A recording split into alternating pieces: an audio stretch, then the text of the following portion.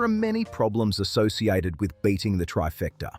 Punters probably don't realize the task they are taking on when they tackle this bet. It comes down to two questions. Question 1, can you predict the 1, 2, 3 finishing order? Question 2, can you overcome the huge tote take, say around 20%? Most punters only concern themselves with the first question, without considering the second. They bet the trifecta because it's there, and they'll try anything to cash a ticket with little thought as to what the likely payout will be. There's a simple rule from the professional exotics bettors on this matter. It's this: bet only when you perceive some value in the race. If your analysis of a race brings you back to the 4 ruling favourites, then there's no value to be found. If your conclusions are the same as the public's, why bother to bet? It's the old story. If you don't have an edge, then it's no bet. And this applies not only to win bets, but to trifectas as well. Long term, you need to take into account what sort of return you are looking at with your bet. So what do you have to do to put yourself in a profitable situation? Not just on one race, but over a whole series of bets. Barry Meadow, a tremendously successful punter, says this: among the worst plays you can make, and among the most common, is boxing the top 3 favourites. Meadow points to Jim Kramer of Handicappers Data Warehouse, who surveyed 146,617 trifecta races, the largest ever undertaken. He found that had you boxed the top 3 favourites, you'd have collected 10.5% of the time, for a return on investment of just 63 cents. As Meadow puts it, that loss of 37 cents per dollar far exceeds the tote take.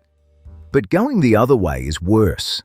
In the 69,936 races of 9 runners or more, boxing the 7th, 8th and 9th in the market returned just 33 cents in the dollar.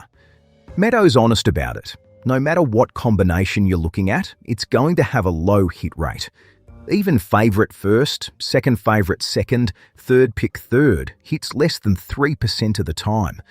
The payoff swings so wildly, from $8 to over $13,000, that even a study of 10,000 results tells you almost nothing. So how do you win? Meadow is clear. Structuring a ticket is crucial. Simply playing the obvious horses or using everybody with everybody and hoping for a bomb won't do it. You'll have to key. Generally, you'll need to get rid of the favourite or the second choice to have a shot at a decent payoff. Here's why. On average, the favourite is on 2/3 of all tickets bought, and the second choice on half. If they both come in, you won't get much of an edge. Leave at least one of them out, which happens most of the time, and you're playing against the crowd's picks. Which brings us to a golden rule. Do not use the favourite in the 3rd position. The public's top choice wins about 33% of the time, but it runs 3rd only about 14% of the time. And getting the favourite home 3rd will kill what would otherwise be a decent payoff. As Meadow says, forget that 14% chance of a bad payoff. Use the money to include some marginal horses who can help you, or kick the cash in your pocket. Meadow and other professionals insist you banker, at least one horse in a trifecta. If you can't, skip the race. You'll normally be much better off bankering a runner instead of boxing and wheeling everything. And here's what makes the trifectas so exciting. Some horses are more likely to finish 2nd or 3rd than win. It's precisely the chance that some no-chance plotter will skulk his way into 3rd that makes this bet so rewarding. For that 3rd spot, you can use horses you'd never back to win. To keep costs down, you have to get rid of certain horses. Meadow reckons it's always best to eliminate the favourite or the second favourite. He rarely plays the bet unless he can. And toss out the slow ones, horses that, no matter how the race is run, won't get within 6 lengths of your top-rated runner.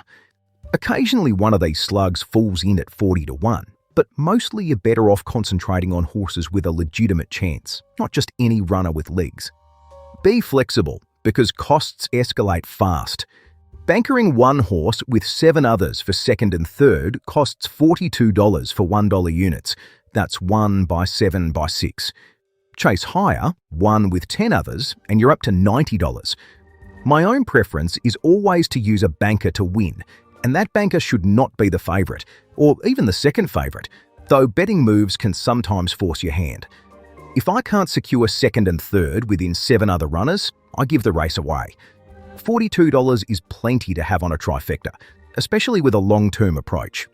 The more you bet, the more you need to win over 12 months. Keep your stake modest, still hit good divvies, and that's the way to go. Think carefully about how many races you play. And remember, always chuck out the favourite. That's your number one strategy, because you're seeking value. It's hard to picture the favourite not placing, but many times it doesn't, and that's when your strategy pays off big. The trifecta's a tough challenge. Even in small fields, it's hard to strike one worth taking. So when you do bet, make sure you have sensible value on your side, not a wild pitch by throwing in useless long shots. Your banker must have a real winning chance, at good odds, at least 4-1 in the morning market. Get that right, and this strategy can hand you some really big returns, and the chance to make long-term gains on the trifecta. It takes time and common sense, but it can be very rewarding. That's adapted from a feature by Barry Meadow, brought to you by Practical Punting. If you'd like this guide to keep beside the form guide, the free ebook download's just below. I'll see you next time.